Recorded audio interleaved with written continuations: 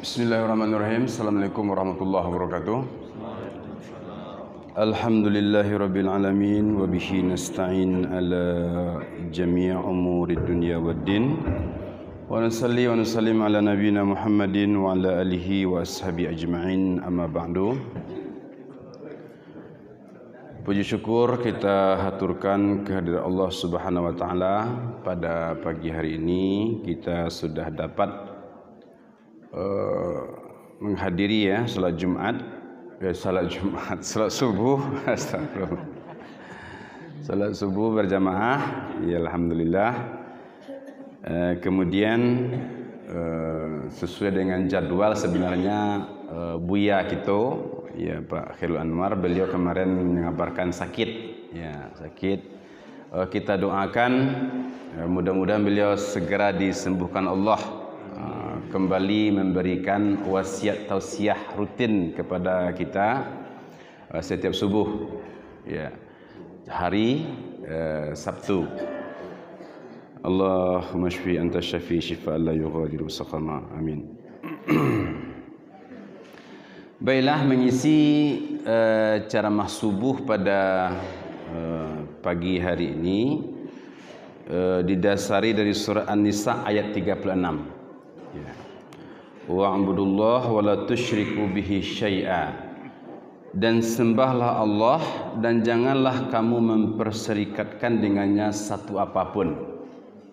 Jadi ibadah kepada Allah itu harus murni, hanya kepada Allah. Jadi kalau beribadah itu berubudiyah namanya. Berubudiyah itu memposisikan diri kita itu sebagai hamba Allah, dan kita sering lupa itu bahwa kita ini sebenarnya budak Allah. Itu makanya kalau orang naik haji itu adalah salah satu doa itu, Allahumma anta rabbi wa ana abduk. Itu diulang-ulang, ya, Allahumma anta rabbi wa ana abduk. Ya Allah, engkaulah Tuhanku, akulah hambamu. Itu diulang-ulang itu, engkaulah Tuhanku, akulah hambamu, akulah budakmu, akulah budakmu. Jadi makin sadar kita itu, karena manusia itu memang sifatnya itu pelupa. Kalau ndak diingian lupa. Itu makanya perlu baca Quran setiap hari. Khutbah Jumat itu gunanya untuk mengingatkan awak. Karena pelupa. Jadi setiap Jumat dapat lo nasihat beliau. Sadar lo beliau. Gitu. Sebenarnya dibiarkan tanpa ada ceramah-ceramah terhadap diri kita itu cepat lupa. Ya. Makanya orang tua pun mendidik anaknya jangan bosan-bosan. Ya. Kadang-kadang anak tu dinasihatinya sampai bosan. Ya kan? Itu kaitu juga sabu ilai. Itu kan? Tetapi dengan ilmu pendidikan justru ucapan yang berulang-ulang itulah yang membuat anak-anak semakin terhujam di hatinya. Itu satu penggalan pertama yang akan ambo tekankan di dalam tausiah pagi ini. Selanjutnya yaitu wabil walidaini ihsana, dan terhadap kedua orang tuamu maka berbuat ihsanlah. Dan di sini banyak mana ndak dua orang tua saja. Wabil walidaini ihsana, dan kepada kedua orang tua, kemudian kepada saudara kerabat. Zabil kurba itu baik karabah maupun rahim. Nan karabah itu maksudnya apa kok? Orang-orang nan sadarah dari pihak apa jawa. Kau harus berbuat ihsan. Sianan saudara dari pihak apa itu mama awak, paman, kakek dari pihak ayah, sepupu dari pihak ayah. Itu. Jadi sampai katih sampai ke bawah. Itu qarib, kurba, disuruh Allah. Kemudian zawi rahim. Zawi rahim ko orang nan sadara satali jawab dari pihak ibu. Bayak bibi awak dari pihak ibu, paman dari pihak ibu, kakek nenek, sampai katih sampai ke bawah. Itu nan zawir rahim, 2 buah. Dan disuruh oleh Allah awak menghubungkan, berlaku ihsan kepada mereka. Dan kenapa ikut dibunyikan Allah? Karena orang itulah yang paling dekat jawab dan paling sering bermuamalah jawab. Itu. Yes, wa bidzil qurba. Kemudian jadi dari orang tua, karib kerabat, kemudian anak yatim, wal yatama, berbuat ihsan. Kemudian wal masakin, dan orang-orang miskin. Kemudian di ayat Nisa 636 iko ada 3 hal yang menarik disebutkan Allah. Tetangga 3 kali. Ya, tetangga itu bahasa Arabnya jar. Al-jar kalau bahasa Malaysianya jiran. Ya, kalau orang Malaysia menyebut para jiran, negara jiran kecilnya kan? Ya. Bahasa Arabnya jar. Ya. Kalau jar itu orang yang bersebelahan dalam bahasa Arab artinya. Ya. Jadi kemudian mujir, pelindung. Jadi banyak. Jadi bahasa Arabku bahasa yang ajaib. Ya, bahasa ajaib. Ya, ada hubungan-hubungan, korelasi dan relasi yang cocok untuk setiap kata itu. Ya. Jawir jaroka wa injaro, kata para ulama. Tetaplah kamu bertetangga dengan tetanggamu dengan baik. Wa injaro, jaro itu zalim. Ya. Jadi tetangga kau memang ada nan seperti itu manusia. Ya, manusia lah namanya. Ya, pasti ada. Kadang-kadang lupa, kadang tak sengaja. Kadang memang ada nan sengaja. Itu manusia. Wa injara, mujir. Jadi 3 kata-kata tetangga dalam An-Nisa 3 itu disebut. Yang pertama itu berbuat ihsanlah kepada wal jari dzil qurba, tetangga nandaki rumahnya jaraknya jauh. Nan disebut para ulama tetangga yang punya hak namanya karabah. Karabah itu walaupun yo ndak sadarah jawab dek karena sesama muslim itu sederajat jo orang nan zawil qurba jo zariyah rahim tadi. Begitu ditinggikan. Kemudian wal jaril junubi, ikut tetangga non muslim. Akan disabui Rasulullah itu dulu tinggal di Madinah, ndak orang muslim saja. Ya, ada orang Yahudi di situ. Di sekitar Madinah itu di Najran ada orang Nasrani, orang Kristen. Lah biasa Rasulullah itu jauh orang Yahudi, Nasrani, musyrik itu lah biasa. Ya, orang-orang Majusi itu lah biasa juga datang ke Madinah. Jadi percampur bauran budaya, agama di Madinah itu dah biasa. Dan rata-rata memang masyarakat itu hidup damai. Damai sih orang sadulunya. Yang membuat kacau kok sebenarnya apa politik.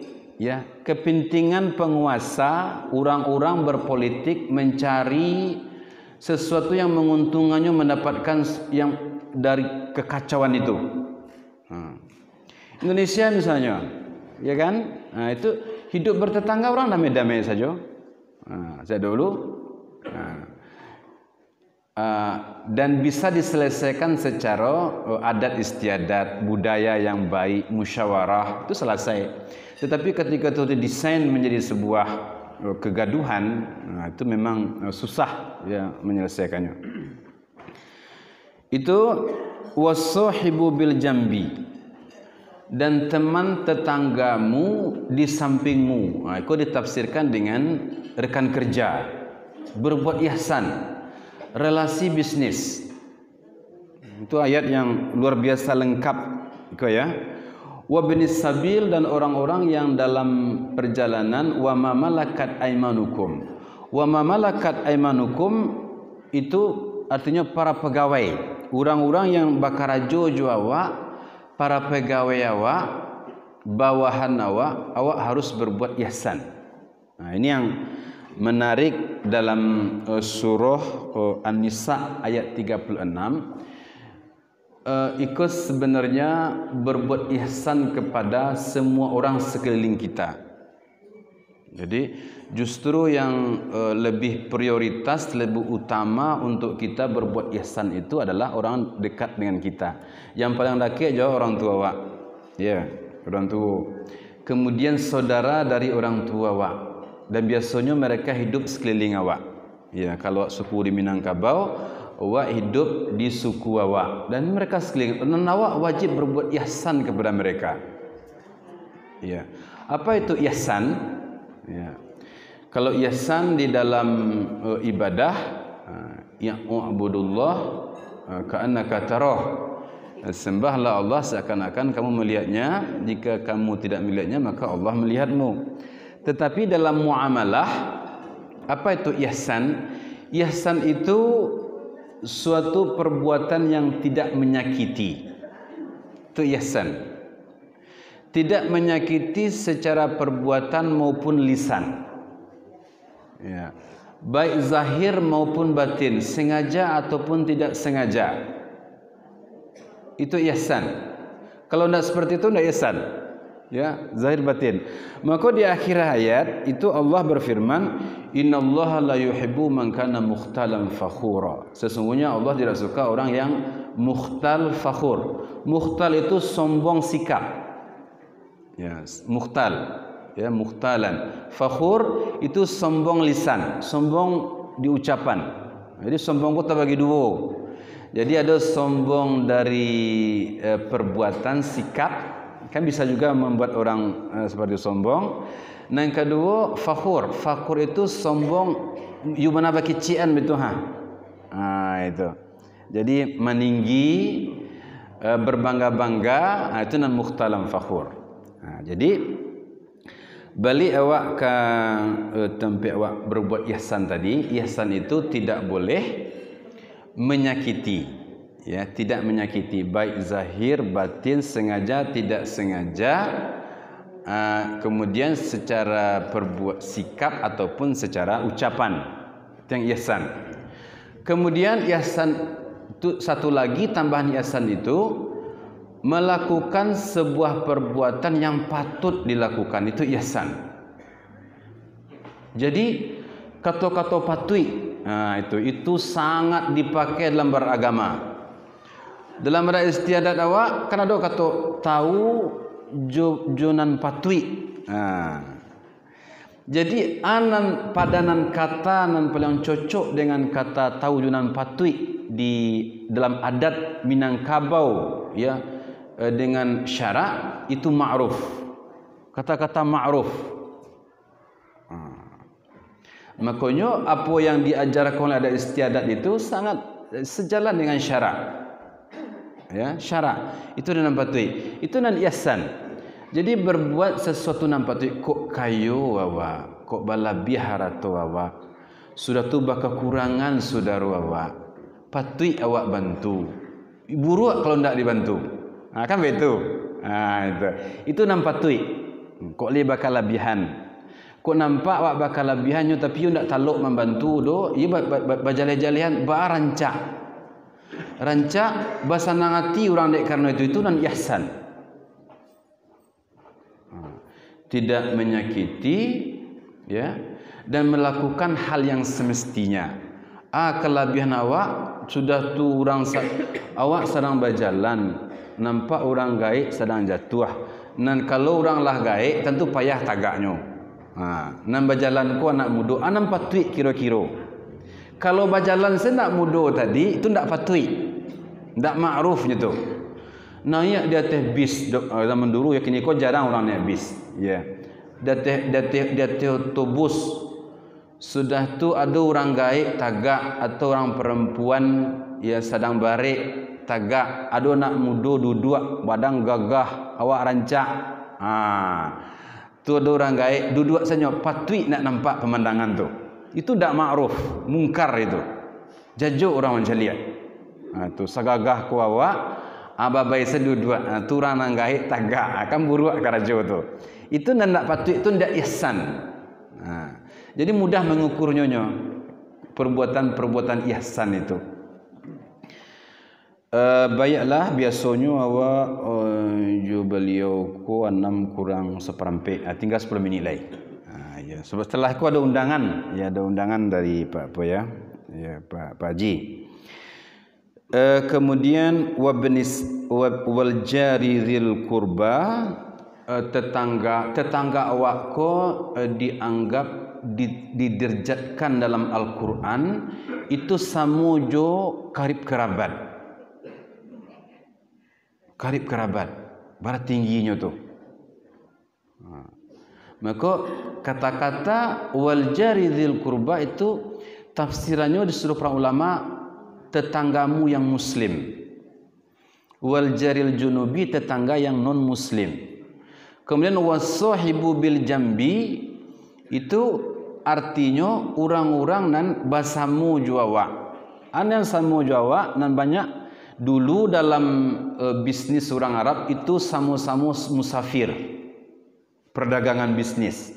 Nah, kalau kini kok yang paling banyak orang di kantor, di tim kerja, itu mungkin rekan bisnis, relasi bisnis. Awak harus berbuat ihsan pada mereka. Anan patut lakukan. Nah, itu tetangga. Rekan kerja itu samu jo tetangga. Sama-sama maja, sama-sama sakan tua. Kok sakit, yo patut kau dikunjungi, yo dikunjungi. Kok nyobar gembira, patut kau dihibur. 10 awak bersenang hati, patut cando itu. Itu nan ihsan. Itu. Jadi ajaran-ajaran seperti ini sebagaimana yang juga diajarkan Rasulullah, itu ajaran yang paling hebat. Tidak ada di dunia aku satu orang pun yang mampu mengajar bagaimana orang hidup dalam lingkungannya dengan sebaik-baiknya, kecuali dalam Al-Quran dan Sunnah Rasulullah Sallallahu Alaihi Wasallam. Dan banyak kisah, ya banyak kisah. Dan itu semua kisahnya tentang tetanggaku luar biasa. Jadi satu kali pernah para sahabat, ya Abu Hurairah, itu dalam hadis Abu Hurairah, seorang sahabat melihat Rasulullah selesai sembahyang. Ya, selesai beliau sembahyang jamaah di masjid, kemudian ada seseorang berdiri di cegatnya Rasulullah sambil tagak. Sambil tagak. Sudah tu berbicara dengan Rasulullah, mengicik orang kulamu benar. Ya, di awak orang jauh tu baca lihat. Ba tengok siapa mengicik jo Nabi jauh bana tu ha. Ndak ibunya Nabi lah panik tagak tu ha. Ndak dinggu-inggunya pakai bertanya. Kok mengicik sambil tagak tu jelah lama bana. Panik orang tagak denyo. Sehingga saking lamanya tagak sambil bertanya orang ko agak marah perasaan para sahabat ke orang ko. Karena kan kurang sopan namanya tuh. Iya, kurang sopan. Setelah selesai lah pai orang tu bertanyalah para sahabat ke Rasul, ya Rasulullah, itu nama ngicik yang kau tadi dan lama bana tu siapa tu? Tahu tak kalian? Tu Jibril, malaikat Jibril lama bana mengicik jambo. Iya. Anan dikiciknya tahu tak kalian? Ya Rasulullah. Mengwasiatkan ambo agar setiap mukminku berbuat baik ke tetangga. Sampai dek panjangnya kecil beliau tadi, dek dalamnya kecil beliau tadi, ambo berkesimpulan hampir-hampir seorang tetangga itu ya berhak mendapatkan warisan harta benda dari tetangganya. Kok mati tetangga tu berhak tetangga tu. Baik itu. Jadi Jibril itu memberikan suatu nasihat, tausiah, ya mungkin dari Allah tentunya. Kalau Jibril itu bagaimana setiap mukmin itu berbuat baik kepada tetangga. Itu penting. Ya. Ada juga Rasulullah, ada orang membuang sampah ke halaman Rasulullah. Rupanya masalah sampah bertetangga aku ndak kini sedo. Ya ndak kini saja. Ambo orang gay ambo batangkalo di kampung ambo. Macam itu sampah lo.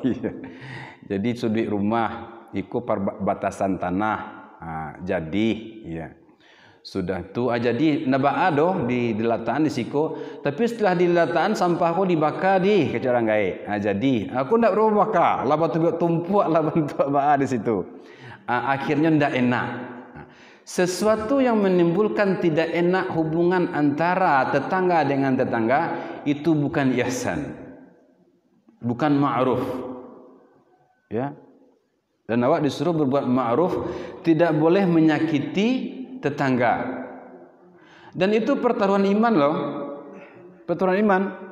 Banyak hadis, "Man kana yu'minu billahi wal yaumil akhir wallahi la yu'min wallahi la." Banyak hadis Rasulullah tu, siapa yang beriman kepada Allah dan hari akhir, demi Allah nak beriman seseorang tu doh kalau inyo masih kejahat, ndak aman tetangganya karena kejahatannya, ndak beriman. Ya, kan pertaruhan iman itu, berbuat baik dengan tetangga. Dan berbuat baik dengan tetangga itu salah satu pintu surga. Salah satu pintu surga. Gadang pak lonyo. Gadang pak lonyo. Ya, banyak peristiwa masa Rasulullah, urusan bertetangga. Urang ambek dindiang, ada pula di masa Rasulullah. Tambek paganyo ada seseorang membuat pagar, ndak lurih, ndak rancak. Payah pagar aku kalau kuih tak ada tangkaran bia ketik baru tangkaran bia ko. Sudah tu mengeceklah tetangga aku, kok bisa ndak ambo minta batangkaran bia ko. Oh ndak bisa, karam bia ambo paling rancak kota Madinah ko. Namanya Budahdah. Punya 600 batang kurma nomor 1 kualitas di Madinah. Orang kayo di tengah kebunnya do istana, ndak bisa. Iko ndak do mengalahan rasa kurma ambo di Madinah kodo. Itu. Kalau baik itu ndak mau bali salah. Mau bali saja. Ulan lagi kan kelun berbuah lai. Ndak bisa. Iya. Ndak do nak bisa menggantiannya do. Kan 600 batang aponyo kurmanyo. Iya. Hanya 1 batang kurma melapor ke Rasulullah. Namanya orang yang dilaporkan ko Abu Dahdah, ya Abu Dahdah. Kemudian setelah dilaporkan, tetapnya bertahan dengan posisinya. Kemudian Rasulullah mengician, agian salah kayaknya kepada Rasulullah. Untuk engkau baikku diagi Allah di Sarugo kebun kurma perjalanan sampai puluh tahun. Dan 100 tahun. Jadi sepanjang 40 tahun berjalan Nabi pohon kurma itu lain. Iya benar ya Rasulullah. Habis itu orang-orang para sahabat lama mendengarkan balasan seperti itu langsungnya tertarik. Ya, tertarik, yakin. Kalau awak kini kau kan tak tertarik orang tu. Dagih di Allah nanti pohon kurma sejauh mata memandang perjalanan sampai puluh tahun. Oh lengah-lengah saja. Ya, para sahabat tu, iyo benar ya Rasulullah. Iyo. Kalau ba itu kecik Abu Dahdah ko, wahai nyonya yatim ko yang di samping rumah ko, pemuda, seorang pemuda anak yatim. Wahai saudara, ambillah di engkau kabun nambu seluruhnya, 600 batang kurma, 600 batang karambia. Di tengahnya adalah rumah rancak cie, ambil sadonyo. Di tengah kebun nambu tu adalah semua nan janiah cie. Semua ambil sadonyo. Nah, sudah tu geleng-geleng kapal Rasulullah. Di banyaknya dapat yang kau diserbu ya Budahdah. Itu. Bergembira hatinya diginya sadonyo. Itu kan salah satu contoh ya berbuat baik antara tetangga di masa Rasulullah. Terakhir tadi cerita tentang orang membuang sampah di halaman Rasulullah. Ya. Jadi udah orang buang sampah di halaman Rasulullah, bibiansanya dari Rasulullahnya. Ya. Jadi kalau ada orang jahit kawak sabar se. Tidak pernah Rasulullah menyuruh balik. Jarang. Kalaupun dibalik dengan cara yang baik. Kalau yang menegur dengan cara nan ihsan, ndak tersinggung orang tu. Jangan ditampik nan rami atau ihsan tu. Jadi nan ihsan tu kok menegur orang, Allah senyap orang datang ke nyu seorang-seorang, itu ihsan namanya. Tapi kalau menagur orang di tengah nan rami, malu orang dia itu ndak ihsan. Jadi itu nan ma'ruf, itu nan patut dalam beragamu. Itu. Jadi orang yang buang sampah tadi buang sampah dibiarkan oleh Rasulullah sampai ndak boleh. Rupanya sakit orang Yahudi rupanya. Orang Yahudi dek karena nyo candu itu kan buruk kerja salamoko adi kunjungi dek Rasulullah dek karena sakit. Nan buruk dibeleh jonan elok. Rupanya sedang sakaratul maut. Sakaratul maut. Sudah tu dibilang dari Rasulullah, wahai saudara, ucapkanlah syahadat. Ini Yahudi. Terus tu ketikanya itu memandanglah pemuda tadi ke ayahnya. Apakah diizinkan tak ada ayahnya masuk Islam? Manggu ayahnya. Ati' Abul Qasim. Taatilah Muhammad. Abul Qasim ku Nabi Muhammad. Ati' Abul Qasim. Taatilah Abul Qasim. Mangguak dibacanya syahadat. Kemudian setelahnya meninggal, Rasulullah keluar dengan wajah yang berseri-seri. Itu salah banyak contoh-contoh. Ada orang beribadah kerja Nabi jahit kata tetangga, nyunat di neraka kata Rasulullah. Ada orang ibadahnya biasa saja. Ya, kau puasa sembahyang na wajib saja. Kau puasa na wajib saja. Tapi elok tetangga. Kata Rasulullah nyu di surga. Fa'tabiru ya ulil absar. Mohon maaf, akhir kalam. Assalamualaikum warahmatullahi wabarakatuh.